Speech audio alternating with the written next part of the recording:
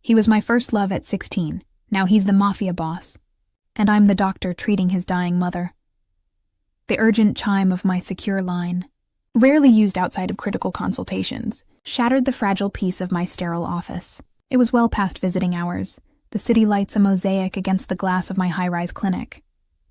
Dr. Emma Romano, oncologist, often found her nights long, but this felt different. The voice on the other end, clipped and authoritative, didn't introduce himself.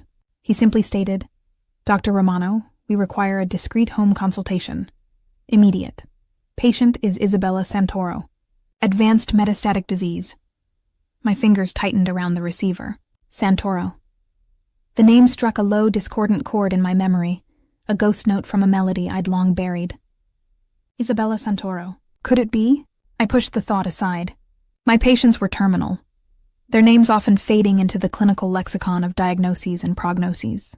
My only obligation was to them, to the quiet dignity I afforded them in their final chapter. Location? I asked, my voice steady, betraying none of the sudden tremor in my chest. A precise address in the exclusive hills overlooking the city was given, a district synonymous with old money and even older secrets. A car will be dispatched in 10 minutes. It's imperative you come alone. Your usual medical bag will suffice. The line went dead before I could ask another question. No pleasantries, no insurance queries, no preliminary patient history. Just an order. A wave of unease rippled through me, cold and sharp. This wasn't standard procedure. But a dying patient, Isabella Santoro, needed me. My commitment to my oath overruled my growing apprehension. I grabbed my worn leather medical bag, its contents a silent testament to years spent battling the inevitable. Scalpel-sharp competence was my armor. 10 minutes later, a sleek obsidian Mercedes-Benz S-Class, unmarked and silent as a phantom, glided to the curb. The tinted windows made it impossible to discern the driver, but the vehicle's polished gleam spoke of an unseen power. I slid into the plush leather interior, the door closing with a hushed thud that felt less like an invitation and more like an incarceration. The driver, a broad-shouldered man with eyes that missed nothing in the rearview mirror, offered no greeting. He simply nodded once, then accelerated into the night. The drive was short, but felt interminable. Each block that passed was a mile further from my ordinary world, my predictable routines. My mind, usually a fortress of clinical logic, began to drift, unwelcome memories stirring. Santoro. It couldn't be. The Santoros, grocers, not titans of industry with sprawling estates. The grocer's son, Marco, with his dark, intense eyes and a smile that had stolen my breath at 16. My first love, my first kiss, stolen moments behind his father's market. He'd vanished, a silent echo in the summer heat, leaving behind only the ache of absence. No goodbye, just a void, witness protection. They'd whispered through the grapevine. After his father's violent, abrupt end, I pushed the thoughts down, a practiced suppression. That girl, Emma, had died with Marco's departure. Dr. Romano was a different entity altogether. The car ascended a winding private road, flanked by manicured cypress trees and hidden security cameras that glinted like predatory eyes in the moonlight. We passed through an ornate wrought iron gate that seemed to melt open at our approach. The mansion that emerged was less a home and more a fortified citadel, stone and glass, sprawling wings, and an aura of formidable wealth. The air here was heavy with it, a scent of old money and newer power. 2 more men, built like stone statues, met us at the grand entrance. They gave me a cursory, almost dismissive nod, then directed me down a long, silently carpeted hallway, rich with the scent of beeswax polish and expensive lilies. Each step felt heavy, the silence amplifying the thrum of my own heartbeat. My medical bag, usually a source of comfort, now felt like a lead weight in my hand. I was led to a lavish bedroom, more suite than sick room. The decor was opulent, silk wallpaper, antique furniture, a crystal chandelier casting a soft, ethereal glow. But amidst the luxury, the stark reality of illness was undeniable. A hospital bed, discreetly disguised as a regal 4-poster, dominated the center of the room. An IV pole stood sentinel beside it, its clear bags drip-feeding life-sustaining fluids.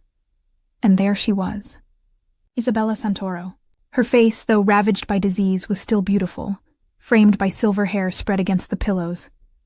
Her eyes, once bright and lively, were now sunken, shadowed pools, clouded with pain and the haze of medication. Recognition hit me then, a wave of profound sorrow. It was her, the kind woman who had always slipped me an extra cannoli when I'd visit Marco at the store. Dr. Romano. A soft, reedy voice whispered from the bed. Isabella. Her gaze met mine, a flicker of something in their depths. Was it recognition too, or just the weary welcome of a dying woman? I moved to her side, my professional mask firmly in place. Mrs. Santoro, I murmured, my voice automatically softening. I'm Dr. Romano. I understand you're experiencing some discomfort. I began my routine, checking her vitals, feeling her pulse, my fingers gentle and practiced. The professional distance was a shield against the rush of memory and emotion. Her skin felt cool, papery thin. I noted the faint telltale signs of advanced cachexia, the wasting that accompanies end-stage cancer. As I listened to her heart, a shadow fell across the room. A tangible shift in the air, a crackle of suppressed energy. My breath hitched. I didn't need to look up. My body already knew. 12 years. And my body still remembered the way he commanded space. He walked in. Marco Santoro, the boy I'd loved, now a man forged in fire.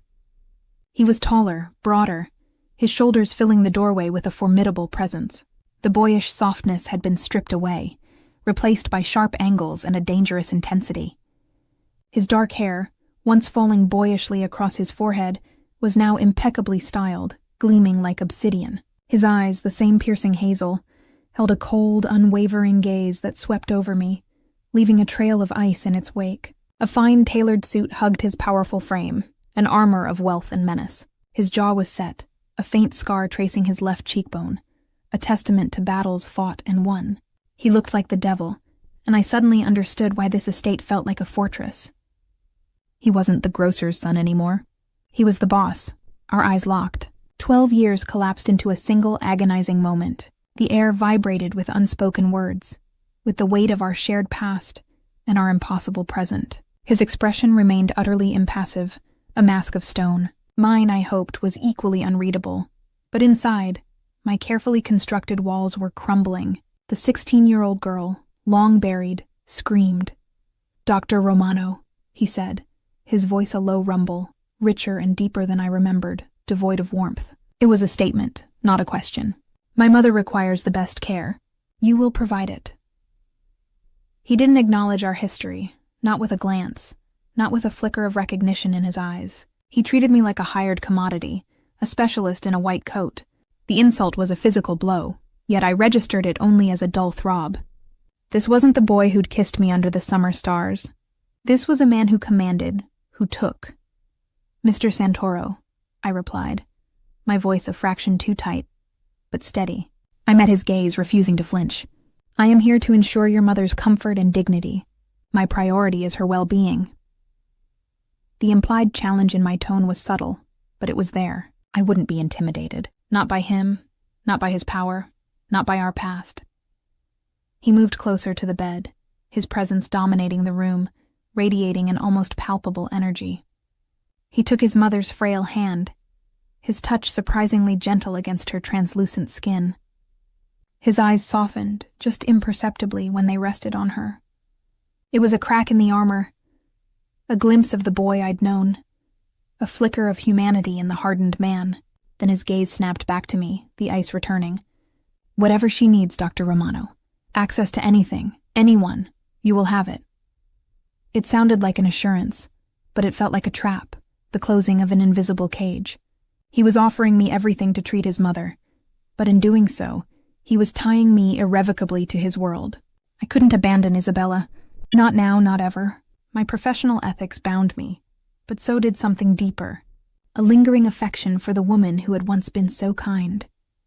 Over the next few days, I established a routine within the mansion's opulent confines. I spent hours at Isabella's bedside, meticulous in my observations, dedicated to easing her suffering. I reviewed her medical charts, thick with notes from various specialists, reports confirming the aggressive nature of her pancreatic cancer, Her current symptoms, however, began to niggle at the edges of my medical certainty. The extreme fatigue, yes, that was expected. The nausea, the profound weakness. But there was also a peculiar tremors in her hands that didn't align perfectly with the standard progression, and a metallic taste she occasionally mentioned.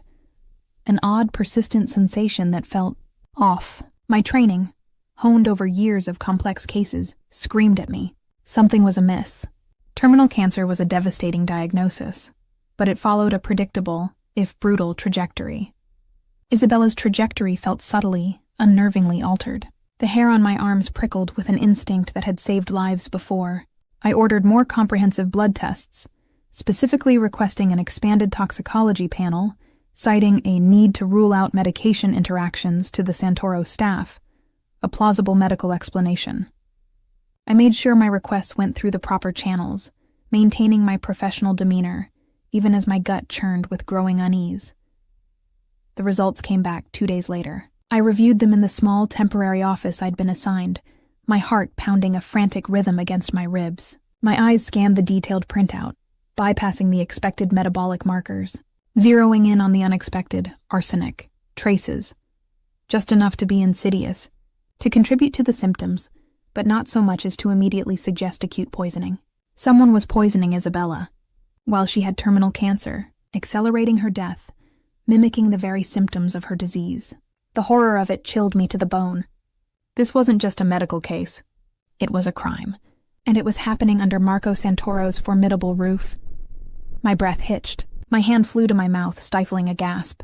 This was beyond anything I'd encountered. A cold, calculated malice preying on a dying woman. I felt a surge of professional outrage, mixed with a chilling fear. If I knew this, I was now inextricably involved. This wasn't merely a diagnosis. It was a deadly secret, and I was now holding it. I gathered the lab results, my hands trembling slightly, then moved to Isabella's room, my gaze falling on the IV pole. My eyes narrowed. I'd noticed it before, a faint, almost imperceptible film inside one of the bags. I'd dismissed it as a manufacturing anomaly, or perhaps a harmless precipitate from a nutrient solution. Now I knew better.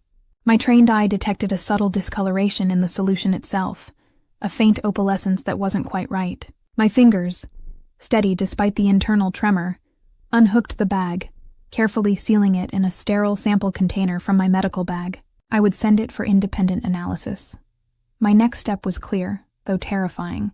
I had to confront Marco. He had given me access to anything, anyone. He needed to know. This was his mother. I found him in a cavernous study, all dark wood and leather, flanked by 2 men who radiated silent menace. He was on the phone, his voice a low, authoritative murmur, his gaze sweeping over complex documents spread across a vast mahogany desk. He looked up as I entered, his eyes registering my presence with that familiar, unnerving impassivity. He ended his call abruptly, setting the phone down with a decisive click. "Dr. Romano," he acknowledged, his voice neutral. "Is there a change in my mother's condition?" I walked to the desk, placing the toxicology report and the sealed IV bag on its polished surface, directly in his line of sight. My voice was calm, but the force of my conviction was like a steel rod. "Mr. Santoro, I've made a discovery. Your mother's symptoms, while consistent with her cancer, also have an additional, deeply concerning etiology." He leaned back in his chair, his eyes flicking from my face to the documents on his desk, then to the report. His expression remained unreadable, but I could feel the tension radiating from him. A silent, powerful warning. "Etiology?" he repeated, his tone laced with a skepticism that stung. "She is dying of cancer, doctor. A fact I presume you are aware of." "I am acutely aware," I countered, my jaw tight. "But she is also being poisoned." His gaze sharpened, boring into mine. One of the men shifted subtly behind him. The air in the room grew suddenly thick, heavy with unspoken threats. Marco's face was a mask of cold fury, his eyes like chipped ice. "Poisoned?" he bit out, his voice barely above a whisper, yet it vibrated with lethal intent. "You came here, into my home, accepted my trust, and now you accuse my family of this?" His eyes burned with accusation, fueled by the raw, unspoken wounds of our past. "You left me once, Emma. Now you come back only to slander my name, to accuse my family of harming my dying mother?" The accusation was clear, a desperate attempt for attention, or perhaps something worse. The memory of our painful separation was a weapon he wielded against me, twisting my professional integrity into something malicious. "My personal history with you is irrelevant, Mr. Santoro," I stated, my voice holding firm, though my heart pounded. "My only concern is your mother. And the evidence. Look at the toxicology report." I pushed the document across the desk. Arsenic, traces consistent with chronic low-dose exposure, enough to exacerbate her symptoms, enough to accelerate her decline, but not enough to be immediately fatal on its own, designed to be masked by the cancer. He picked up the report, his powerful fingers surprisingly delicate as they handled the paper. His eyes scanned the findings, his brow furrowing deeper with each line. The impassivity began to crack, replaced by a dawning, terrible realization. But skepticism still clung to him like a shroud. This could be a mistake, a lab error, or a medication interaction you failed to identify. "It's not a mistake," I insisted, my voice rising slightly, unwilling to yield. "I've cross-referenced her current medications, her diet. Nothing in her regimen accounts for this. And then there's this." I pushed the sealed IV bag towards him. "I've already noticed a subtle discoloration in one of her IV bags. I believe it's been tampered with. I've sent a separate sample to an independent lab for verification, but my initial assessment and the preliminary toxicology are clear." His gaze dropped to the IV bag, then back to the report, then to my face. The fury was still there, a simmering inferno beneath his control, but now it was tinged with something else. A horrifying doubt, a dawning fear. He saw the cold, hard science. He saw my unwavering conviction. He saw the truth, or at least the terrifying possibility of it. His eyes, fixed on mine, were no longer accusing, but searching. "You're saying someone in this house, someone with access to my mother's medications, is actively trying to kill her?" His voice was low, guttural, a predatory growl. The air in the room thickened with unspoken violence. "I am saying the medical evidence points unequivocally to deliberate poisoning, Mr. Santoro," I replied, my gaze meeting his, unyielding. "Someone is poisoning your mother." He stared at the IV bag, his fingers flexing, as if he wanted to crush it. The initial disbelief had shattered, replaced by a cold, deadly rage. His mother, the last link to his past, being slowly murdered under his own roof, by someone within his fortress. He slammed his fist, not on the desk, but on the armrest of his chair, a sound like a gunshot in the silent room. "Guards!" he bellowed, his voice echoing through the study. 2 more men appeared instantly, their faces grim. "Secure all of my mother's medications. Every bottle, every bag, every syringe, and find me the nurse on duty for the last 48 hours. Now." He turned back to me, his eyes blazing, a dangerous, possessive gleam now mingling with the fury. "You," he said, his voice a low command, "you will stay here. You will continue to treat my mother, and you will not leave this estate until we have answers, until this threat is neutralized. You uncovered this, Dr. Romano. Now you will help me see it through." It wasn't a request. It was an order, a definitive claim. His words were a steel trap closing around me. I had just walked into the lion's den, not as a visitor, but as a necessary, inconvenient pawn. I had exposed a deadly secret within his walls, and now I was inextricably bound to his dangerous world. My past with Marco, the boy, was now an inescapable reality with Marco, the Mafia boss. My life, my safety, my future were no longer my own. I was trapped. The guards appeared almost instantly, a phalanx of silent muscle. Marco's command had rippled through the mansion like a shockwave, leaving the air heavy with an unspoken threat. His eyes, still locked on mine, were no longer accusatory but something far more dangerous. A possessive intensity that felt like a physical weight, a claim. He wasn't asking for my help. He was taking it. My world, once defined by sterile clinics and predictable diagnoses, had just imploded. I was no longer Dr. Emma Romano, autonomous and self-sufficient. I was a doctor, yes, but also a captive, held within the gilded cage of the Santoro estate. "My private quarters are being prepared for you," he stated, his voice a low growl that brooked no argument. "A secure line will be installed. You will have access to my mother's full medical history, and any equipment you deem necessary, but you will not leave this property." The finality of his tone was absolute. He didn't care for my protests, my autonomy. His mother's life and now my knowledge were his priority, and I was the key to both. My jaw tightened. "Mr. Santoro," I began, attempting to inject a measure of professional defiance into my voice. "I have patients at my clinic, a life in the city. You cannot simply hold me here against my will." His lips curled into a faint, humorless smile. It was a terrifying sight, a flash of pure, unadulterated power. "I assure you, Doctor, you will find your current arrangement far more amenable than the alternatives. Consider it protective custody. You have uncovered a truth that threatens my family, a truth someone went to great lengths to conceal. That makes you inadvertently a target." "I lost you once," he added, the words cutting through the air like a blade, a sudden, unexpected crack in his hardened veneer. His eyes, for a fleeting moment, held a ghost of the boy who'd vanished, a flicker of raw regret. "I won't lose you again." The sentiment, though laced with a dangerous possessiveness, sent an unwelcome shiver down my spine, a confusing mix of fear and something achingly familiar. The implication was clear.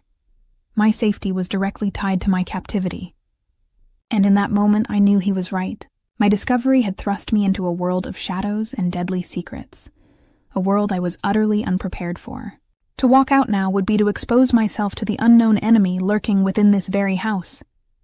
And I wouldn't abandon Isabella, not while I knew her life was being stolen, not when I could fight for her.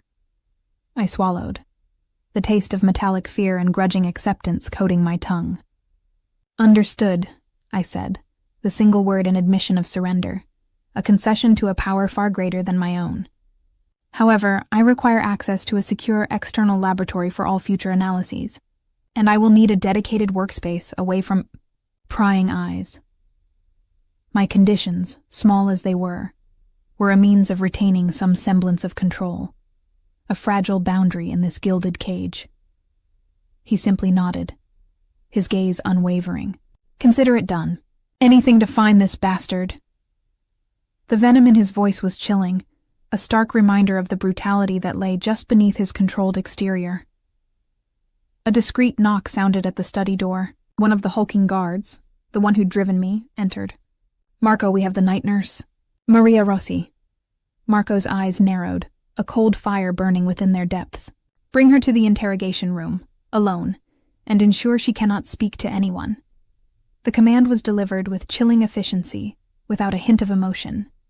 This was the Mafia boss, the man who wielded power with ruthless precision. The coldness radiating from him was palpable, a stark contrast to the subtle possessiveness he'd shown me moments before. I watched, horrified, as he rose, his formidable presence filling the doorway. He paused, turning to me, his gaze softening almost imperceptibly, a fleeting warmth that felt utterly incongruous with the scene he was about to orchestrate. "Dr. Romano, you will find your new suite on the 3rd floor, East Wing.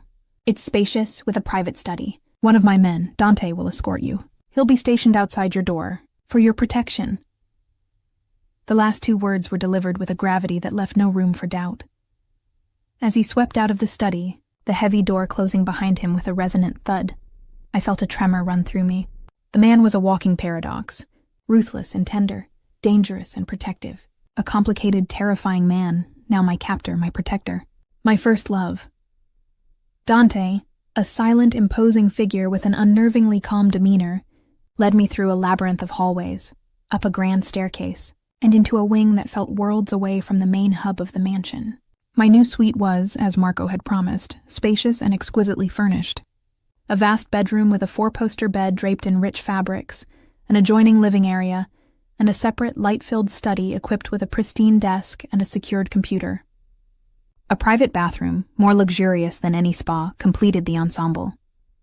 It was a gilded cage indeed, adorned with every comfort, yet the bars were invisible, woven into the fabric of the high security, the constant surveillance, and the unwavering presence of Dante just outside my door.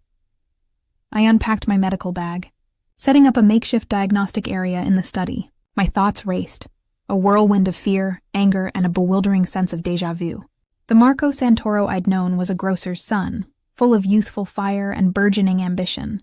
But never this lethal intensity, the raw power he exuded, the casual way he ordered someone to an interrogation room, was unsettling. Yet, the glimpse of vulnerability, the "I won't lose you again," resonated deep within me, stirring dormant emotions I thought long dead. My mind, however, was a professional instrument, trained to focus on facts, on diagnoses. Isabella, my patient, my mission. I pulled up her extensive medical records on the secure computer Marco had provided. Pages and pages of scans, blood work, physician's notes. I spent hours poring over them, trying to find any anomaly, any pre-existing condition that might mimic arsenic poisoning, but found nothing. The cancer was aggressive, advanced, but the additional symptoms were textbook for chronic heavy metal exposure. It was a deliberate, insidious act. Later that night, unable to sleep, I ventured out of my suite, pushing the boundaries of my confinement. Dante, a shadow, moved silently from his post as I opened the door. "Dr. Romano," he said, his voice deep, respectful but firm. "Can I assist you?" "I need some fresh air," I stated, my gaze challenging his. "A walk in the gardens, perhaps?" His eyes, dark and unreadable, assessed me. "The gardens are expansive, Doctor, and unlit in places. Perhaps a different time would be better. For now, the library is available, or the main living area." It was a polite refusal, a firm reminder of my restricted status. "The library, then," I conceded, my frustration simmering. It was another meticulously decorated room, filled with towering bookshelves, rich with the scent of aged paper and leather. I found myself drawn to an antique globe, spinning it idly, tracing the contours of continents, a silent longing for the vast open world beyond these walls. The library, for all its beauty, felt like another gilded prison cell. As the days of my involuntary residence stretched into a week, I settled into a new, uncomfortable rhythm. My days revolved around Isabella, meticulously monitoring her condition, adjusting her medication, and cautiously, subtly, trying to counteract the effects of the poison. I sent the tampered IV bag and further blood samples to the independent lab, using the secure courier system Marco had established. The confirmation came back swiftly. The IV bag contained trace elements of arsenic, just as I'd suspected. It was definitive proof. Marco had been right to trust me. This validation oddly forged a new, fragile bond of understanding between us. It wasn't about our past. It was about the present, about Isabella. He saw my competence, my unwavering dedication. I saw his raw, protective love for his mother.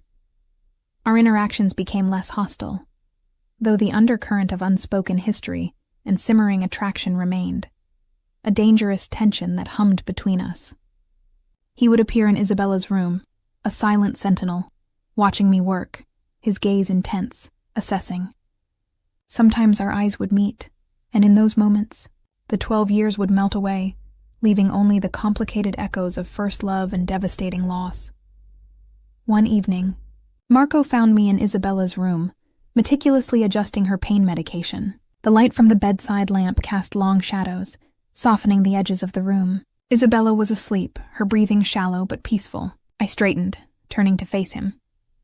"The lab confirmed it," he said, his voice low, devoid of its usual clipped authority. "The IV bag. It contained the same trace elements of arsenic." His jaw was tight, his eyes burning with a controlled fury. Someone wanted to ensure she didn't last much longer, and they hoped her cancer would mask their treachery. I nodded, my heart heavy. "It's insidious, Mr. Santoro. Someone is playing God with her life, accelerating her suffering." He approached me, slowly, deliberately. His proximity was intoxicating, a potent cocktail of fear and longing. He stopped just inches from me, his presence a wall of heat and power. His hand, large and calloused, reached out, not to threaten, but to touch. His fingers brushed against my hair, gently tucking a stray strand behind my ear. The unexpected tenderness of the gesture sent a jolt through me, a familiar current that had once ignited my 16-year-old self. My breath caught in my throat. "Emma," he murmured. My name a low caress on his lips, a stark contrast to the formal Dr. Romano he usually employed. His thumb grazed my cheekbone, sending shivers through my skin. "Thank you, for seeing what I could not, for not giving up on her." His gaze was intense, vulnerable, a window into the raw grief and gratitude he rarely showed. I owe you, more than I can say." My skin burned where he touched me, a ghost of memory awakening dormant sensations. This was the Marco who had held my hand, who had kissed me with such tender reverence. But he was also the man who ruled a dangerous empire, the man who had just ordered an interrogation. The duality was addictive, terrifying. I wanted to lean into his touch, to seek comfort in his unexpected tenderness. But the ever-present danger held me back. I'm just doing my job. Marco, I managed, my voice a whisper, betraying the tremble within. I pulled back, subtly, gently, breaking the contact, but the ghost of his touch lingered. His eyes held a flicker of understanding, a hint of disappointment, before his mask slid back into place. Your job, he repeated, the coolness returning. Yes, continue doing it. And remember, you are safe here, as long as you stay here. It was a possessive tenderness, followed by a stark reminder of my captivity. My safety was inextricably linked to my obedience. The next few days were a blur of intense focus. I reviewed Isabella's daily log, the medication schedules, the names of all household staff with access to her room. Marco, his initial skepticism replaced by a cold, unwavering determination, ordered a full internal investigation. Security footage from the past 6 months was retrieved, every bottle of medication meticulously logged and catalogued. The house, already secure, became a fortress within a fortress, every staff member under scrutiny. The atmosphere was thick with suspicion, a silent paranoia that seeped into every corner of the opulent estate. I found myself working alongside him late into the nights, poring over documents, comparing timelines, cross-referencing names and schedules.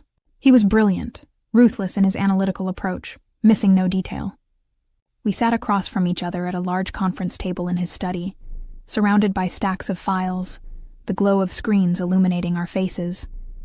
The air between us crackled with a strange, undeniable chemistry, the shared intensity of a desperate mission, intertwined with the ghosts of our past. I found myself admiring his sharp mind, his unwavering resolve, even as I feared the power he wielded. One night, while he was on a call in the adjacent room, I took a moment to stretch, my eyes drifting across the meticulously organized shelves in his study. My gaze fell upon a locked antique wooden box, tucked away behind a row of leather-bound books.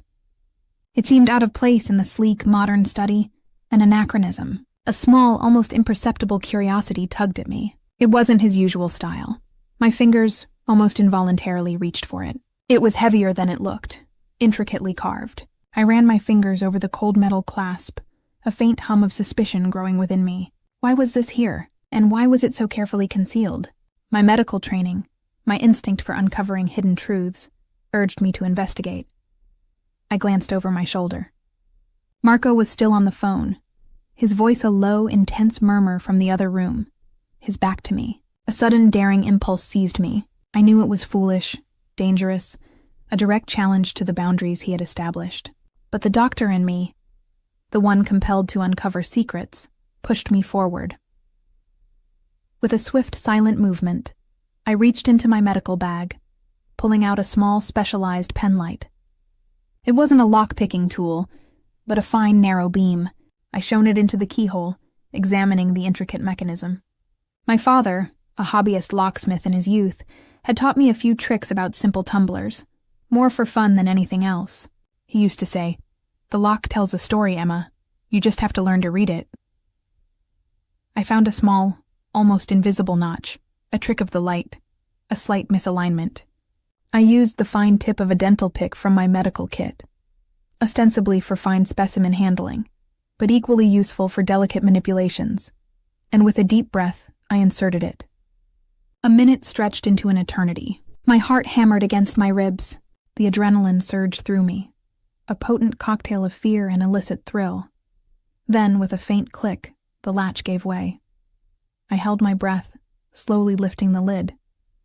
Inside, nestled on a bed of faded velvet, was not what I expected. Not old love letters, not sentimental trinkets. Instead, there was a stack of carefully folded, aged papers, and beneath them, a small, worn leather-bound ledger. My fingers trembled as I picked up the ledger. The paper was brittle, the ink faded, but legible. It wasn't Isabella's medical history. It wasn't related to the poisoning investigation. It was something far older, far more dangerous. The first page I opened detailed shipments. Not groceries, but weapons, illicit cargo, payments, names, dates. And then, a series of cryptic entries, referring to the organization and the incident, followed by dates that coincided precisely with Marco's father's murder and his subsequent disappearance. The entries were dated from 12 years ago, the very summer Marco had vanished. A cold dread washed over me, deeper and more terrifying than anything I'd felt before. This wasn't just about his mother. This was about the very foundations of his empire, his identity, and woven into it, irrevocably, was my own past, my lost love. My eyes scanned a page filled with names. Names I didn't recognize. And then one name, scrawled in a tight, precise hand, leaped out at me, making my blood run cold. Thomas Santoro. Followed by a specific date, just weeks before Isabella's cancer diagnosis, detailing a large undisclosed transfer of funds. Uncle Thomas, the one Isabella occasionally mentioned, always with a sigh, as the family patriarch in Marco's absence, a distant, controlling figure. The ledger dropped from my trembling fingers, clattering softly against the velvet. My eyes darted to the study door. Marco's voice was still a low murmur. He hadn't heard, not yet, but I had. I had just stumbled upon a secret far greater, far more dangerous, than Isabella's poisoning. A secret that hinted at a betrayal, an embezzlement, and a connection to his father's death. A secret that implicated not just Isabella's attacker, but potentially the very fabric of the Santoro organization, and Marco himself. I had peeled back a layer, and beneath it, I found a serpent's nest. My gilded cage had just shrunk, and I was holding evidence that could destroy everything. The leather-bound ledger lay open on the velvet lining of the antique box, its faded ink screaming secrets that echoed across 12 years. Tomas Santoro. The name was a venomous whisper in the silent study, a stark contrast to the clatter of the pages when the book had fallen from my trembling hands just moments before. My breath hitched, a cold knot forming in my stomach. Uncle Thomas, Isabella's brother-in-law, Marco's uncle, a member of the family. The very idea was monstrous. I stared at the entry. A date weeks before Isabella's cancer diagnosis. A substantial, undocumented transfer of funds. What did it mean? Embezzlement? Or something darker? More directly linked to the arsenic I was now fighting within Isabella's veins. The thought that a family member could be capable of such calculated cruelty, poisoning a dying woman for financial gain, sent a shiver of profound revulsion through me. This wasn't just a betrayal. It was a perversion of familial trust. My mind raced, the doctor's logical circuits suddenly overwhelmed by a flood of paranoia. If Tomas was involved in embezzlement, if this ledger contained evidence of deeper, illicit dealings, then my discovery of Isabella's poisoning wasn't just a medical breakthrough. It was a direct threat to a conspiracy. And if Tomas was willing to poison Isabella, what would he do to me, the outsider who had stumbled upon his treachery? Marco's voice, still a low murmur from the adjacent room, was a sudden, unwelcome sound, pulling me back to the precarious present. He could walk in at any moment. The ledger, the antique box, my illicit discovery, all of it had to be reset, precisely as I had found it. Panic, cold and sharp, clawed at my throat. With shaking fingers, I carefully picked up the ledger, flipping it back to a random, innocuous page before placing it back in the box. I slid the papers on top, arranging them exactly as they had been. The fine dental pick, still clutched in my hand, was returned to my medical bag. I closed the box, the delicate click of the latch echoing loudly in my ears, though I knew it was barely audible. Then, I gently pushed the box back into its hidden alcove behind the books, wiping away any potential fingerprints with the sleeve of my cardigan. My heart hammered against my ribs, a frantic, almost painful rhythm. My skin felt clammy. I returned to my position at the conference table, picking up Isabella's medical chart, pretending to pore over it, my gaze blurring over the familiar words. My hands, however, were still trembling. The adrenaline that surged through me was a potent, disorienting force. I had just violated Marco's trust, not only by opening a locked item in his private study, but by uncovering a secret he clearly meant to keep hidden. And I had discovered a new suspect, a family member, with a motive beyond mere inheritance. When Marco finally emerged from his call, His expression was still grim, but he seemed to have contained the raw fury from before. He paused, his sharp gaze sweeping over the room, then lingered on me. "Everything all right, Doctor?" His voice was calm, but I detected a subtle undercurrent of something. Suspicion. Or simply the heightened awareness of a man under immense pressure. "Yes, Mr. Santoro," I replied, my voice, to my own surprise, sounding steady. I met his gaze, attempting to project an air of composed professionalism. "Just reviewing the latest reports. I believe we should re-examine the household staff rotation, specifically those on duty during the periods of documented poison exposure." It was a deflection, a refocusing on the immediate threat to Isabella, a way to channel my own frantic energy into something productive, something plausible. He nodded, accepting my explanation, though his eyes still held a lingering intensity that made me wonder if he sensed my disquiet. "Already done.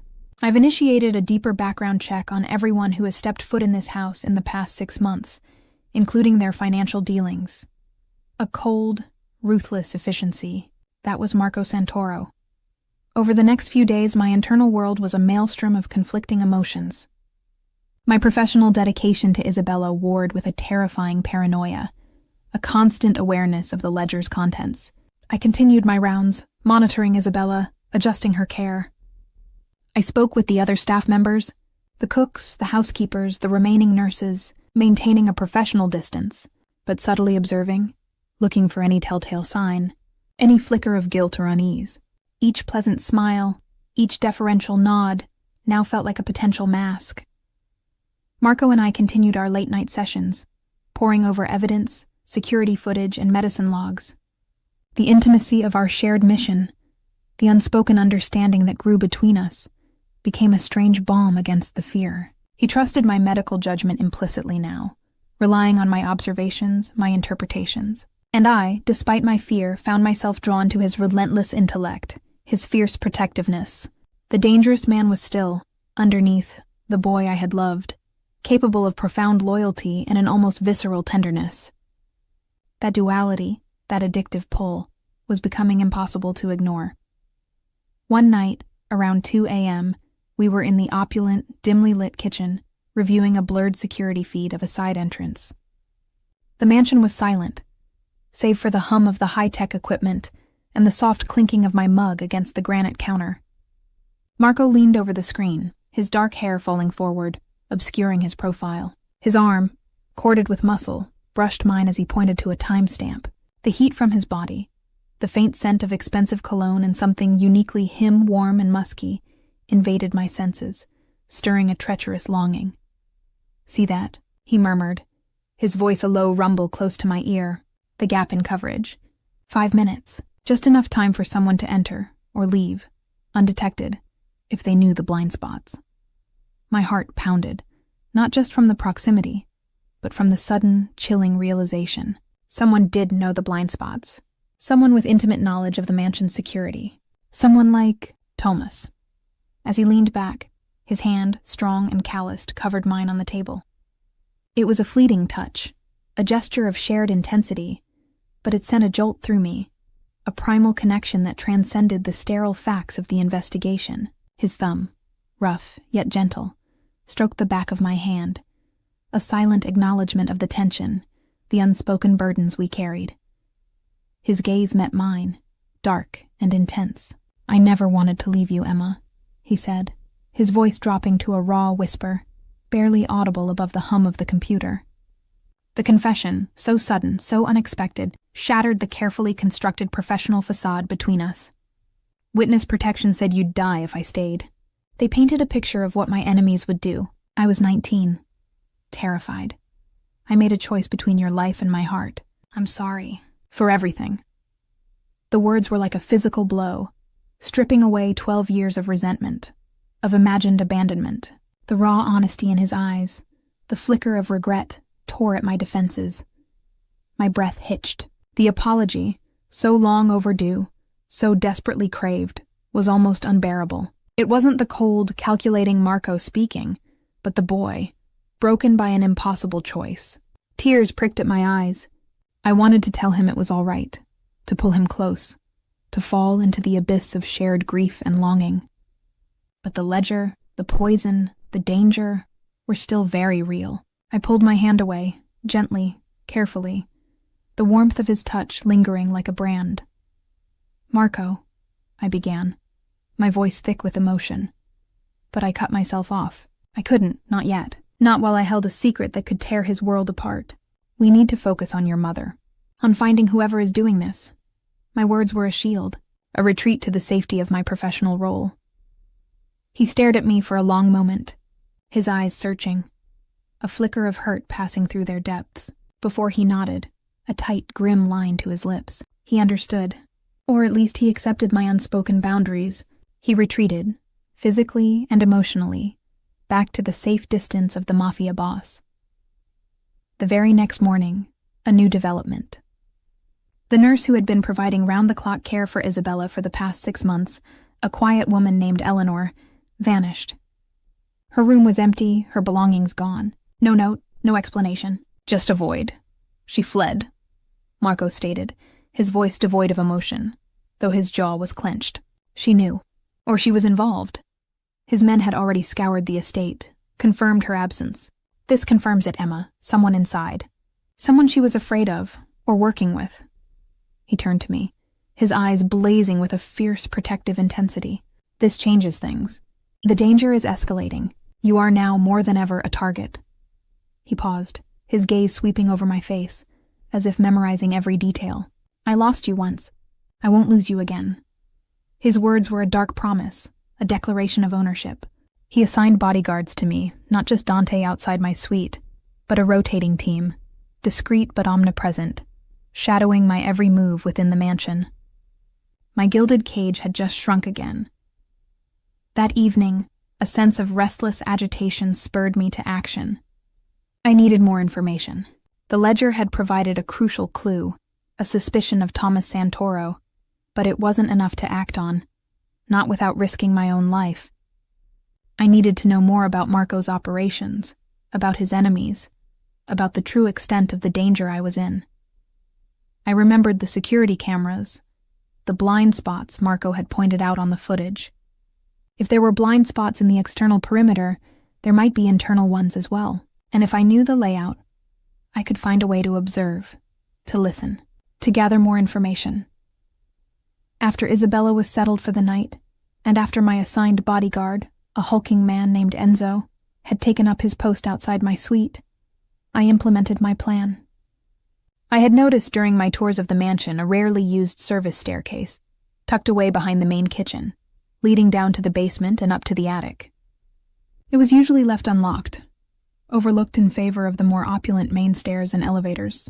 It was a potential blind spot, a path less traveled. I waited until the mansion was fully asleep, the only sounds the distant hum of the ventilation system. Dressed in dark clothing, with my medical penlight and a small audio recorder from my bag, I slipped out of my room. Enzo, a dark shape against the wall, was momentarily distracted by a muffled sound from down the hall, a deliberate, subtle action I'd orchestrated moments before by activating a loose panel in the wall. It gave me a narrow window. I moved silently, my feet barely disturbing the plush carpet, and made my way to the service staircase. The air in the stairwell was cooler, carrying the scent of dust and damp stone. I descended step by careful step, my penlight casting a thin beam. The basement was a labyrinth of storage rooms, wine cellars, and utility areas. I moved cautiously, my heart pounding, straining to hear any sounds. I found what looked like a rarely used security room, tucked away behind a boiler, its door ajar. A faint glow emanated from within. I crept closer, my blood running cold. Voices. Low, guttural, angry.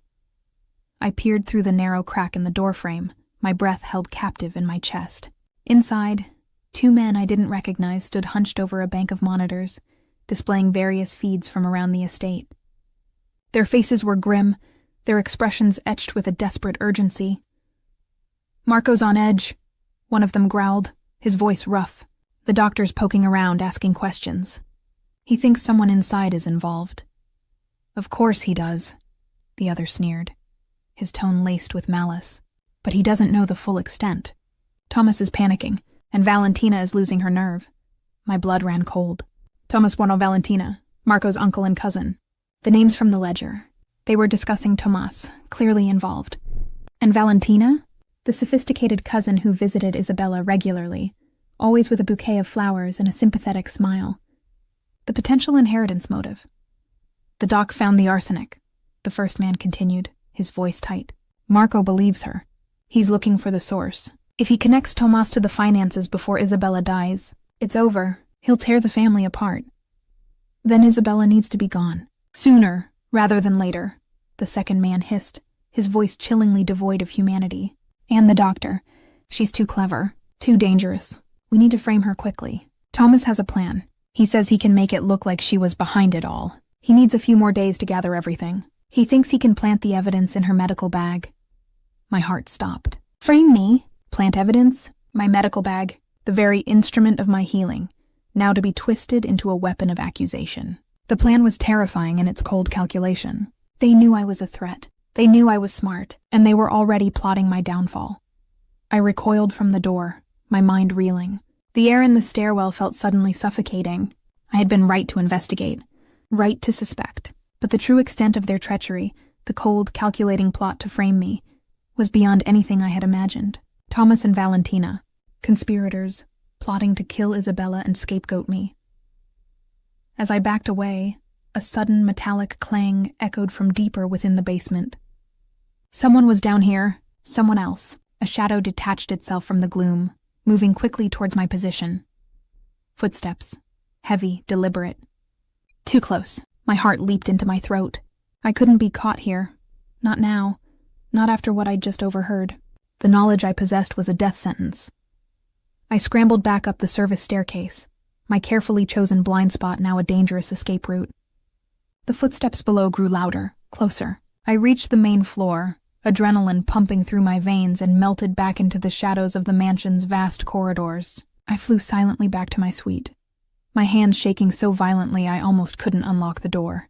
I slipped inside, closing it softly, and leaned against the cold wood, gasping for breath, my chest heaving. Enzo was back at his post, a silent sentinel. He hadn't noticed my brief absence, or if he had, he gave no indication. I closed my eyes, the overheard voices replaying in my mind. Frame her, plant evidence in her medical bag. The danger was no longer abstract, no longer a distant threat Marco was protecting me from. It was personal. It was imminent, and it was closing in. They weren't just trying to kill Isabella. They were coming for me. My gilded cage had just become a death trap. The words from the basement security room echoed in my mind, a terrifying mantra. Frame her. Plant evidence in her medical bag. My blood ran cold, the fear of visceral, sickening knot in my stomach. Thomas and Valentina, conspiring to murder Isabella, and then to pin the blame squarely on me, the clever doctor who had dared to uncover their treachery. The audacity, the sheer cold-blooded cruelty of it, was breathtaking. I leaned against the closed door of my suite, the plush carpet beneath my feet doing little to ground me. Enzo, my silent sentinel, was still outside, oblivious to the terror that now gripped me. I was trapped, not just by Marco's possessive protection, but by a deadly plot to destroy me. Every shadow in the opulent room seemed to shift, to hold a hidden threat. My medical bag, once a symbol of healing, now felt like a ticking time bomb, a vessel for my undoing. I needed to act. But how? My unique knowledge, the information from the ledger, the overheard conversation, it was all circumstantial. They had a plan to frame me, to make it look airtight. I had to prove their guilt. And fast.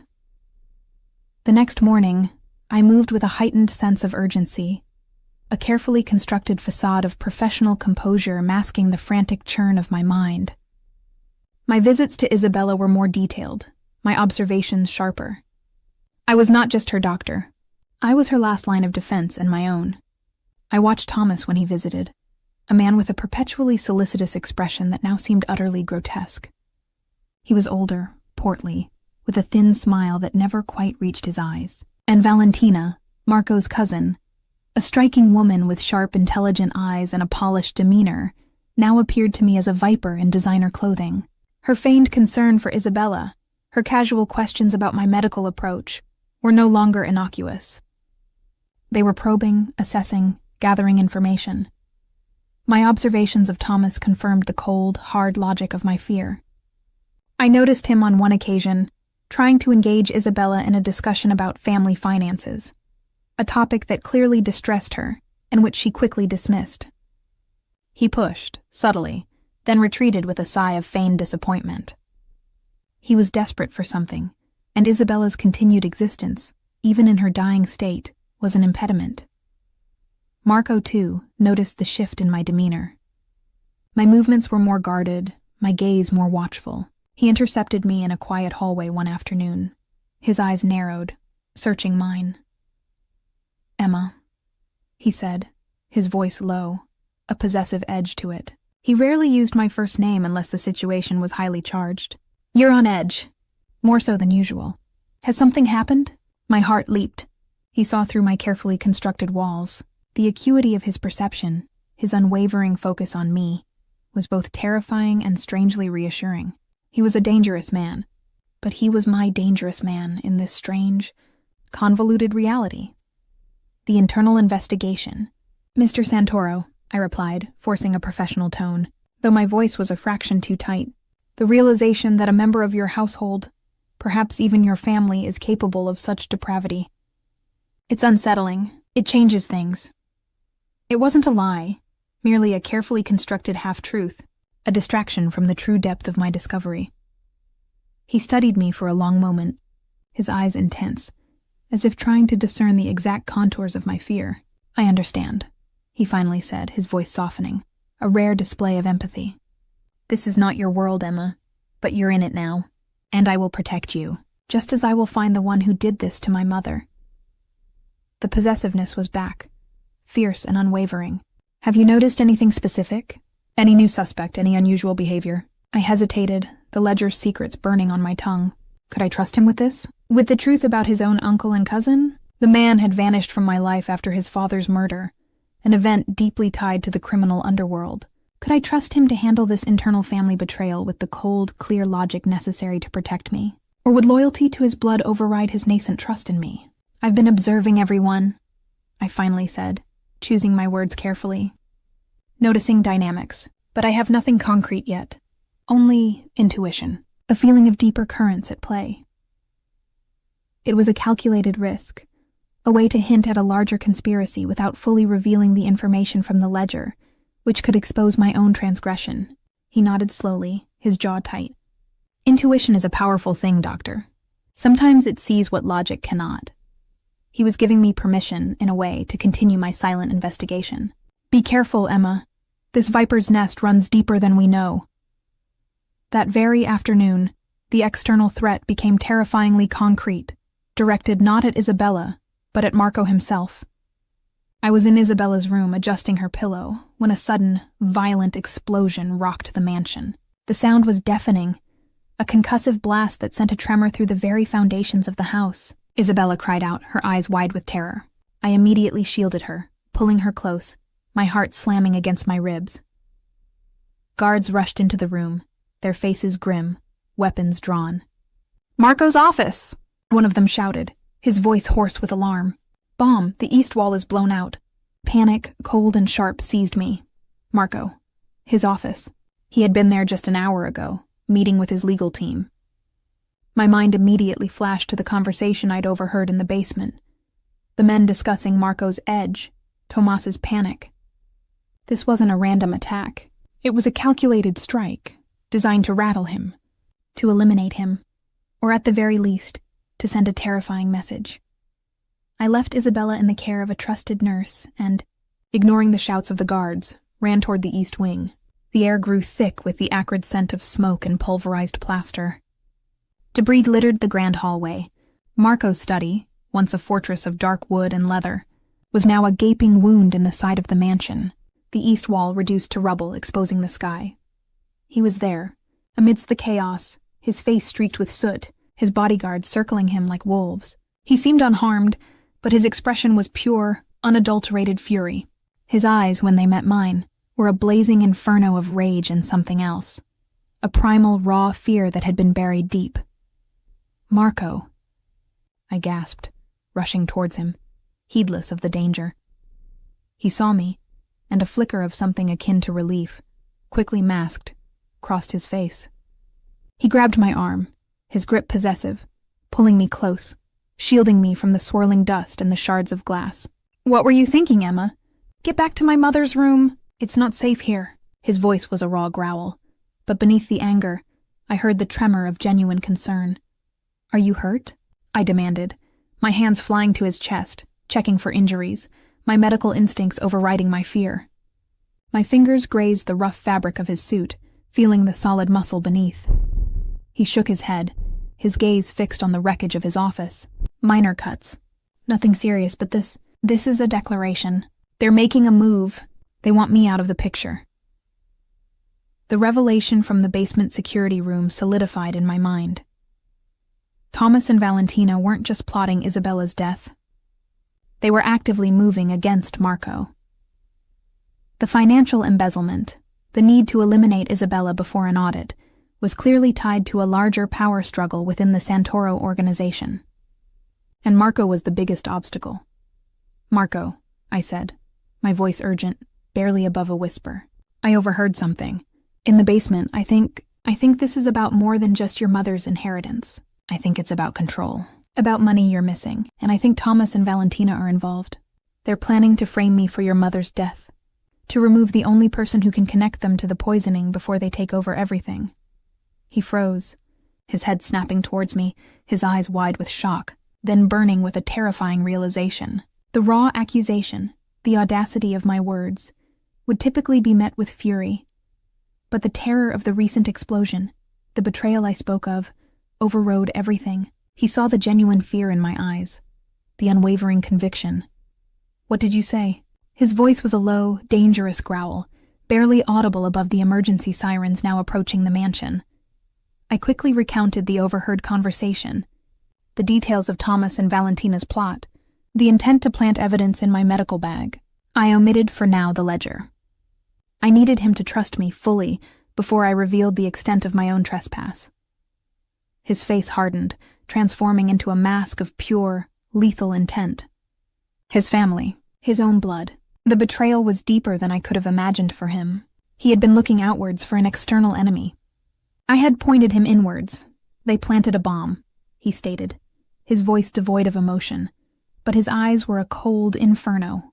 "They want me dead, and they want to frame you. They underestimated you, Emma. And they just made the biggest mistake of their lives."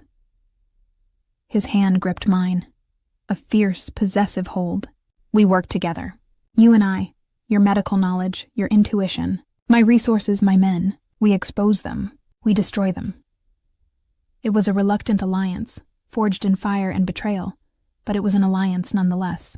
And it was a crack in his formidable facade. A raw, vulnerable admission of his need for me, his trust in me. We spent the rest of the night in a flurry of activity. While his men secured the perimeter, sealed off the damaged wing, and searched for clues related to the bomb, Marco and I pored over internal financial records. My earlier glimpse of the ledger gave me an unexpected advantage. I guided him towards specific accounts, transactions that seemed out of place, subtly directing his search without revealing how I knew. "This one." I pointed to a series of large, undocumented transfers from a shell corporation listed under an obscure offshore entity. "These dates, they coincide with the incident you mentioned, Isabella's initial decline. And this account, it seems to be linked to Thomas's personal holdings." He looked at me, a flash of surprise, then grudging admiration in his eyes. My competence, my ability to navigate financial documents as deftly as medical charts, was clearly unexpected. "How did you know to look there?" he asked, his voice sharp, suspicious. "Intuition," I replied, a small knowing smile playing on my lips. "And a doctor's eye for anomalies. Patterns don't lie, Marco, whether it's in a blood test or a bank statement." The half-truth held enough truth to satisfy him. For now, he seemed to accept it, his focus consumed by the treachery he was uncovering. The hours blurred into a frantic search for evidence, for truth. His men brought him more security footage, more phone records. The pieces of the puzzle began to click into place. forming a horrifying picture of calculated betrayal. Thomas, embezzling funds, slowly poisoning Isabella to eliminate her as a witness, and now actively trying to kill Marco to seize full control of the organization. Valentina, his accomplice, the polished viper. Just as the first hint of dawn painted the sky, a chilling discovery was made. One of Marco's men, a quiet, older capo named Vincenzo, who had served the Santoro family for decades, approached Marco with a grim expression. "Boss," Vincenzo said, his voice heavy with regret. "We found something. While clearing the debris from the office, near the safe, a small encrypted data chip. It was wired into the bomb's trigger mechanism, a dead man's switch, and it had this." He handed Marco a small, laminated card. Marco took it, his face paling as he read it. He handed it to me, his eyes bleak. It was a standard high-level security badge, an access card for the Santoro estate. Bearing the photo and name of Dante, my blood froze. Dante, my bodyguard. The silent, imposing figure who had been stationed outside my door for days. The man Marco had personally assigned to protect me. A major thriller twist. The unexpected ally, the trusted protector, was the betrayer. He was the one who had planted the bomb. And if he had betrayed Marco, he had betrayed me. The realization hit me with the force of a physical blow. Dante, the one who had watched me, who knew my routines, who guarded my door, was working with Thomas and Valentina. He was their inside man, and if he was their inside man, he knew my vulnerabilities. He knew how to get to me. He was the most intimate threat of all. Before I could even process the full implications of this betrayal, before I could articulate the fresh wave of terror that washed over me, the lights in the study flickered, then died. The mansion plunged into darkness, illuminated only by the faint glow of the monitors and the pale pre-dawn light. An alarm blared, a piercing, insistent shriek that signaled a full security breach. Then, a sudden sharp crack echoed from the hallway, followed by a sickening thud. The sound of splintering wood. The door to my temporary study suite, where my medical bag lay, had just been forced open. My heart leaped into my throat. They weren't just after Marco. They were after me. And they were coming for my medical bag, for the evidence they planned to plant. The direct, violent move against me had begun. I was in immediate, mortal danger. The blare of the security alarm ripped through the mansion, a cacophony of shrieks and flashing red lights that turned the opulent interior into a terrifying inferno. The splintering crash from the hallway, the forced entry into my temporary study suite, echoed like a death knell. They were here, for me, for my medical bag, Emma. Marco's voice, raw with alarm, cut through the din. He surged forward, grabbing my arm, pulling me behind him, his body a formidable shield. His eyes, in the flashing emergency lights, were pure, unadulterated fury. "Vincenzo! Secure the perimeter. Find Dante! Eliminate anyone not authorized." His men, a blur of motion, fanned out, their weapons glinting. The sounds of breaking glass and muffled gunfire erupted from the hallways, drawing closer. The realization hit me with sickening force. Dante wasn't just a betrayer. He was an active combatant leading the assault. "My bag, Marco," I cried, my voice strained. "They're going for my medical bag in the study. They'll plant the evidence there." He nodded grimly, his jaw clenched.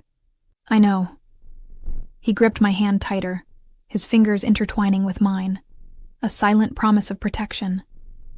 "We're not letting that happen." He didn't hesitate.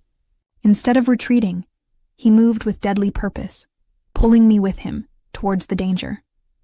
We navigated the chaos of the damaged study, stepping over rubble, the air thick with plaster dust and the metallic tang of fear. The emergency lights cast dancing shadows, turning familiar objects into grotesque shapes. We reached the doorway to my suite. The heavy oak door hung askew, splintered at the lock. Inside, a shadowy figure was hunched over my medical bag, its contents spilled across the desk. It was Dante. His hands were already fumbling with a small, vial-shaped object. "Dante!" Marco's voice cracked like a whip. Dante whirled, his face contorted into a mask of pure malice. He dropped the vial into my open bag, then lunged, a flash of steel in his hand. My eyes widened in horror. He was coming for me. Marco, however, was faster. He released my hand, pushing me behind him with a fierce shove, then met Dante's charge head-on. The clash of bodies was brutal, a symphony of grunts and blows. Marco, fueled by betrayal and a primal need to protect, was a whirlwind of controlled violence. He disarmed Dante with a swift, brutal twist, the knife clattering to the floor. Then, with a series of precise, bone-jarring strikes, he incapacitated his former bodyguard, a grim testament to the lethal power he usually kept hidden. Dante slumped to the floor, unconscious. Marco didn't waste a second. He turned, his gaze scanning the contents of my medical bag. He found the vial, a small dark bottle. He uncorked it, sniffed it, his face tightening. Arsenic, concentrated. He handed it to me. This is what they intended to plant. But it's empty, Marco. I gasped, my eyes widening as I looked inside the small bottle. There's only residue. He frowned, then a chilling realization dawned in his eyes.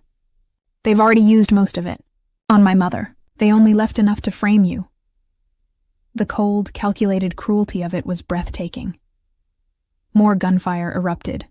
Closer now. The sounds of a struggle intensified in the main hallway. We need to move, Marco ordered, his gaze sweeping over the room, assessing escape routes. They know we're onto them. Thomas and Valentina won't give up easily.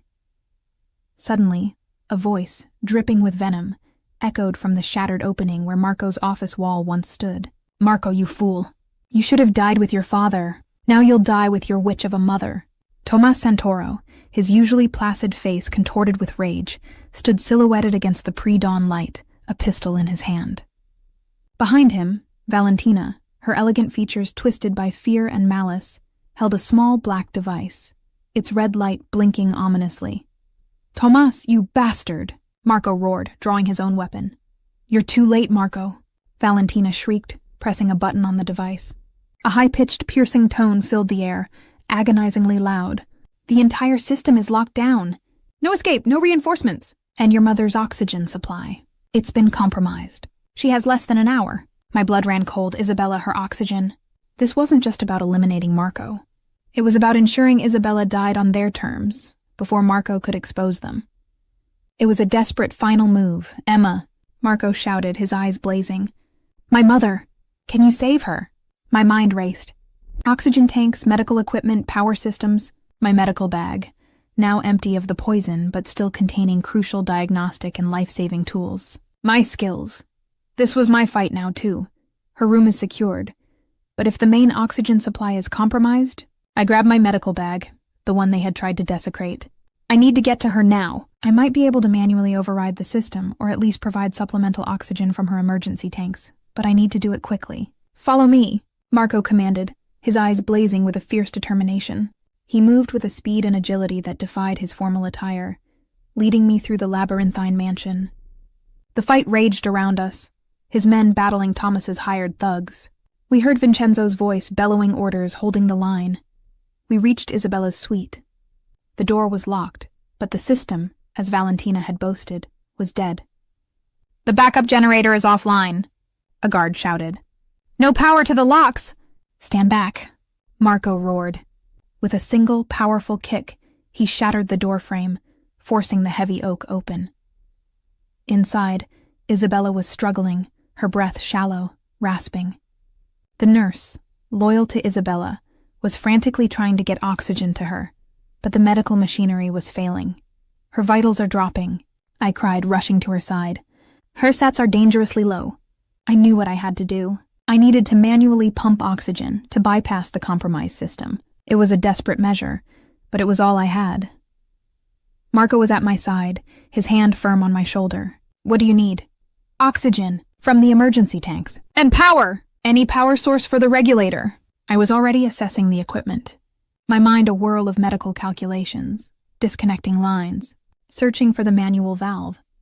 Just as I began, a new voice laced with chilling triumph cut through the air. Looking for this, doctor? Valentina. She stood in the shattered doorway, Thomas behind her, a twisted smile on her lips. In her hand, she held Isabella's small personal oxygen regulator, the very device I needed to manually pump oxygen. She dangled it mockingly. Without this, she's dead within minutes. And without her, Thomas inherits everything. And you, dear doctor, will be framed for murder. My heart plummeted.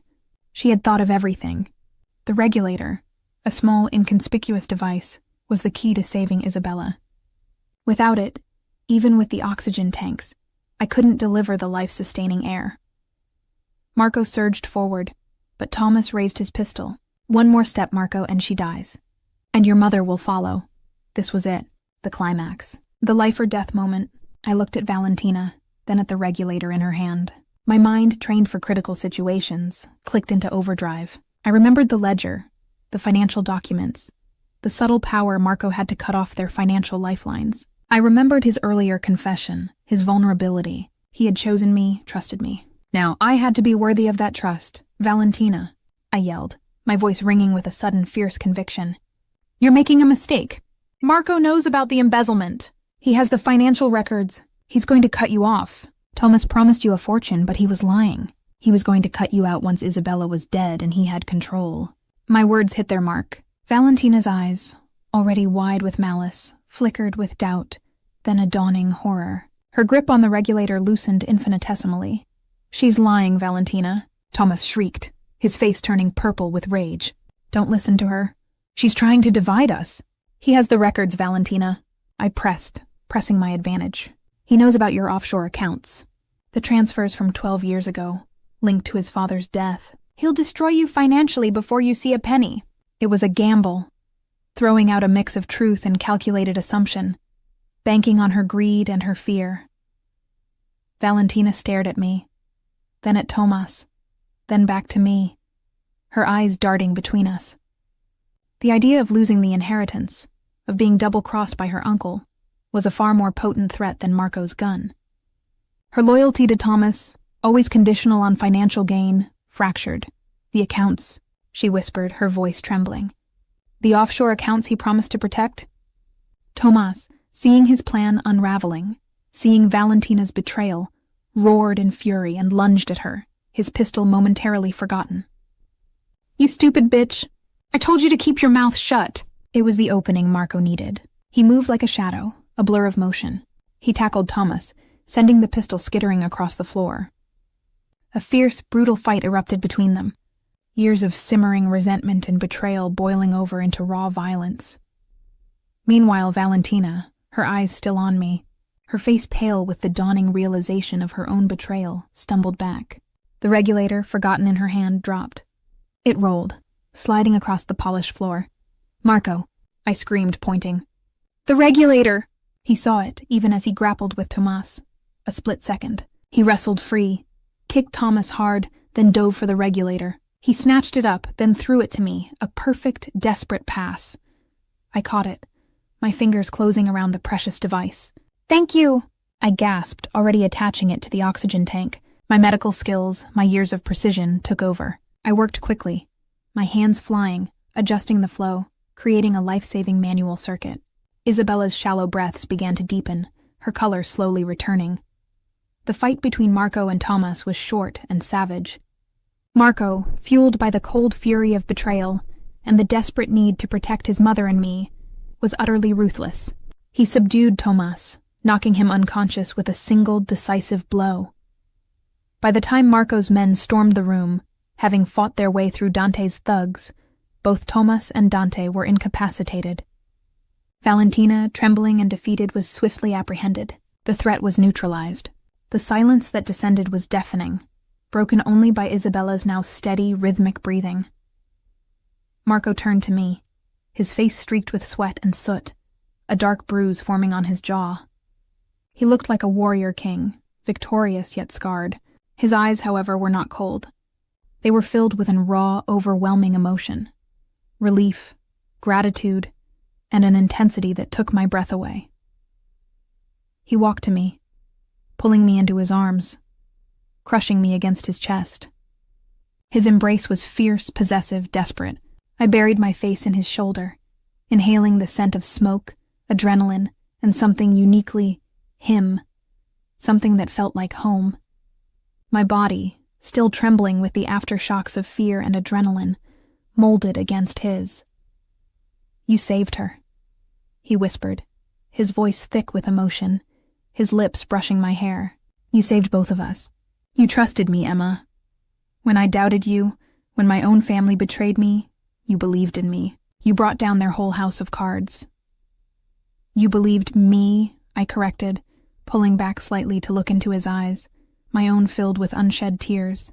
When all the evidence, all the family loyalty pointed to me as the culprit, you chose to believe me. That's all I needed.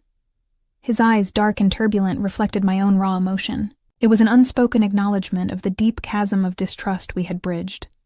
The foundation of a new, fierce bond. He leaned down, his lips brushing mine, a feather-light touch that promised something more profound. I never stopped loving you, Emma, he murmured, his breath warm against my mouth. I was a boy who made an impossible choice. I'm a man asking for a second chance, a lifetime. My heart swelled, a dizzying mix of grief for Isabella's impending loss, and an overwhelming surge of love for this complicated, dangerous man. You're mine, Marco Santoro, I breathed, tears finally spilling down my cheeks. No more running. Not from them, not from us. He lowered his head, his mouth claiming mine in a kiss that was both gentle and fierce, a communion of souls that had been broken and were now, finally, beginning to mend. It was the kiss of two survivors, of a love that had defied death and 12 years of silence. Intimate scene. Grief, desire, healing. Later that night, the mansion was quiet, the storm subdued. Tomas, Valentina, and Dante had been secured, their plot fully exposed. Isabella was stable, her breathing eased, though her prognosis remained unchanged. She had rallied thanks to our desperate efforts, but the cancer was terminal. My professional duty was done, or at least temporarily alleviated. Marco led me to his private suite, a room of subdued elegance, far removed from the chaos of the day. The only light came from the flickering embers in the grand fireplace, casting dancing shadows that softened the edges of the room. The air was thick with unspoken emotion, with the ghosts of battles fought and wounds reopened. He stood before me, his eyes dark with a longing that mirrored my own. His suit jacket was gone, his tie loosened, revealing the powerful column of his throat, the pulse hammering beneath his skin. My own dress, stained with soot and grime, felt like a shroud. Emma, he whispered, his voice hoarse, raw with emotion. He reached out, his hand trembling slightly, and gently cupped my face. His thumb brushed over my cheekbone, tracing the tear tracks that had long since dried. Are you all right, truly? I nodded, my voice thick. I am now.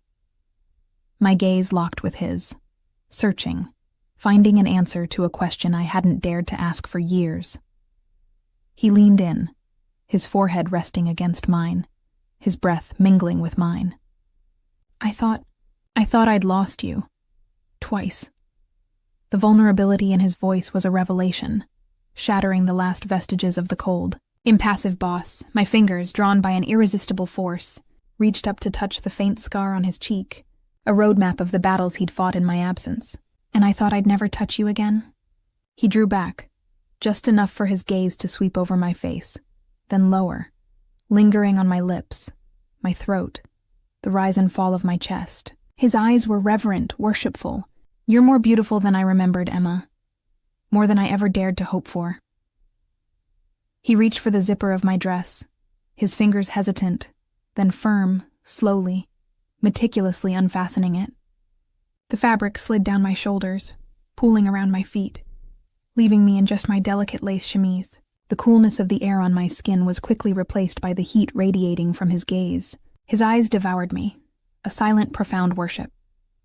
May I? He asked, his voice barely audible, seeking my explicit consent, even now, in this moment of overwhelming desire.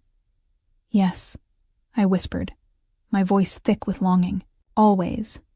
His hands, calloused yet gentle, slid around my waist, branding my skin like clay.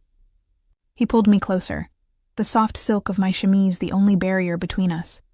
His lips found the hollow of my throat, tracing a path down to my collarbone, each touch sending shivers through me. I arched into him, my hands finding purchase on his broad shoulders, my fingers tangling in his dark, thick hair. The sensual tension was exquisite, a slow, agonizing build. He eased the chemise from my body, letting it fall to the floor, leaving me bare before him. His eyes, dark and intense, traced the curve of my hip, the slight scar on my abdomen from an appendectomy years ago. Every part of you is mine, he murmured, his voice husky with emotion.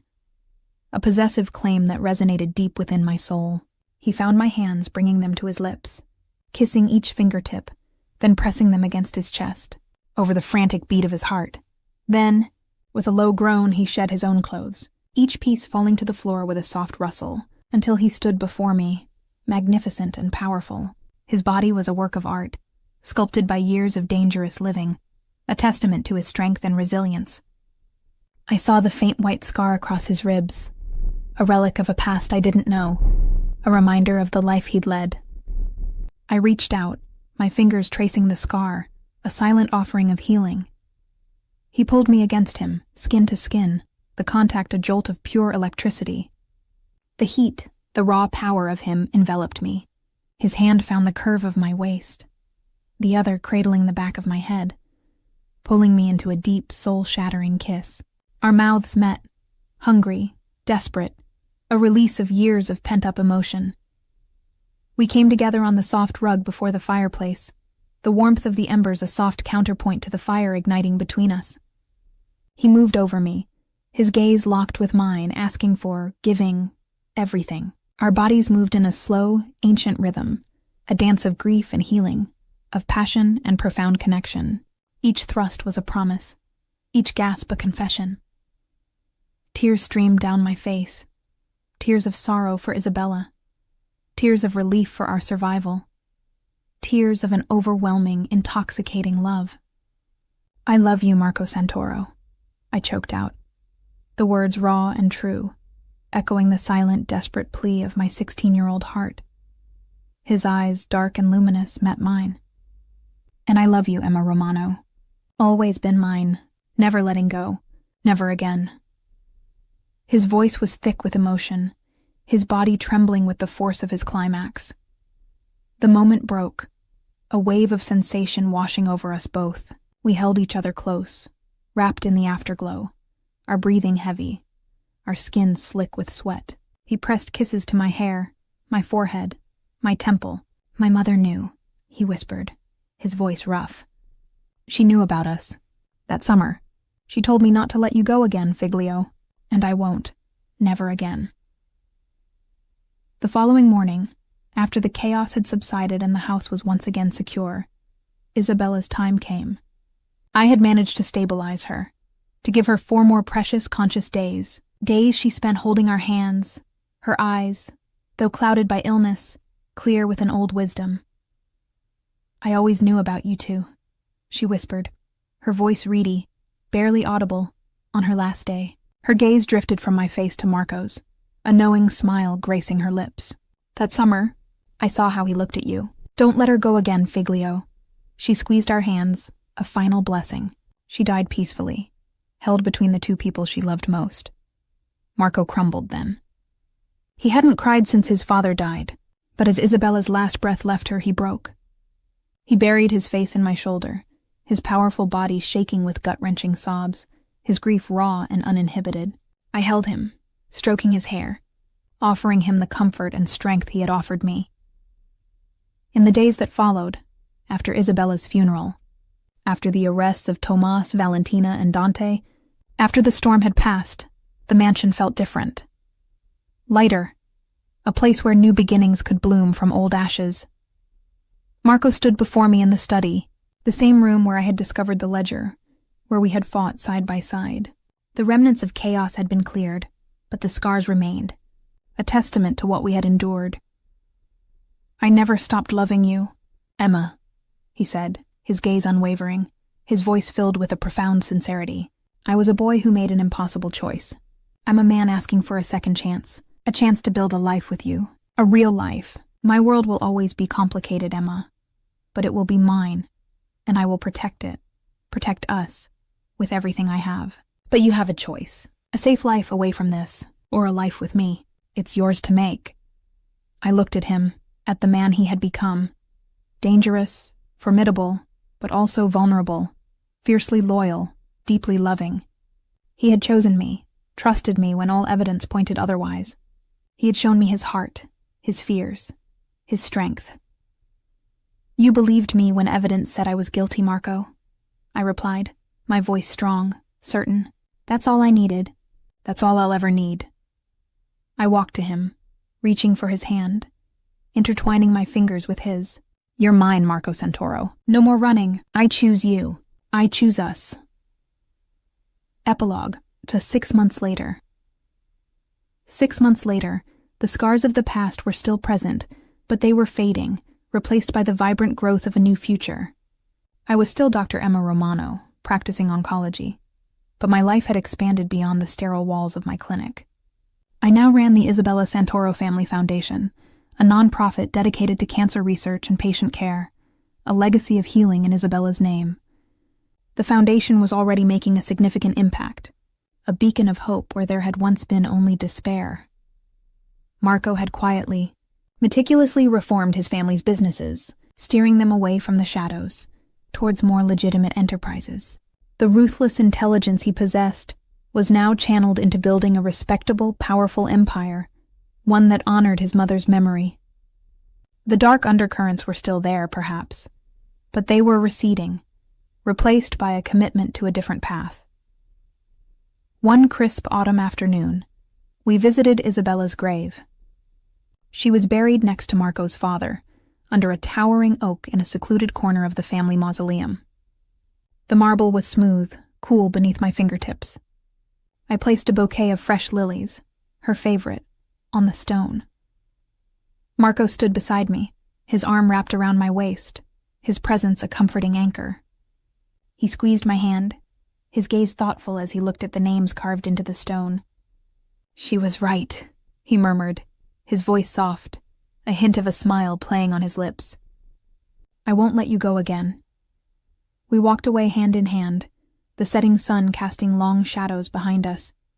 Our life was a testament to second chances, to trust forged in the fires of betrayal, to a love that had not only survived 12 years of absence and unimaginable danger, but had grown stronger, deeper, fiercely protective. We were building our future, brick by painful brick, on the foundation of an earned love, a love that chose each other forever.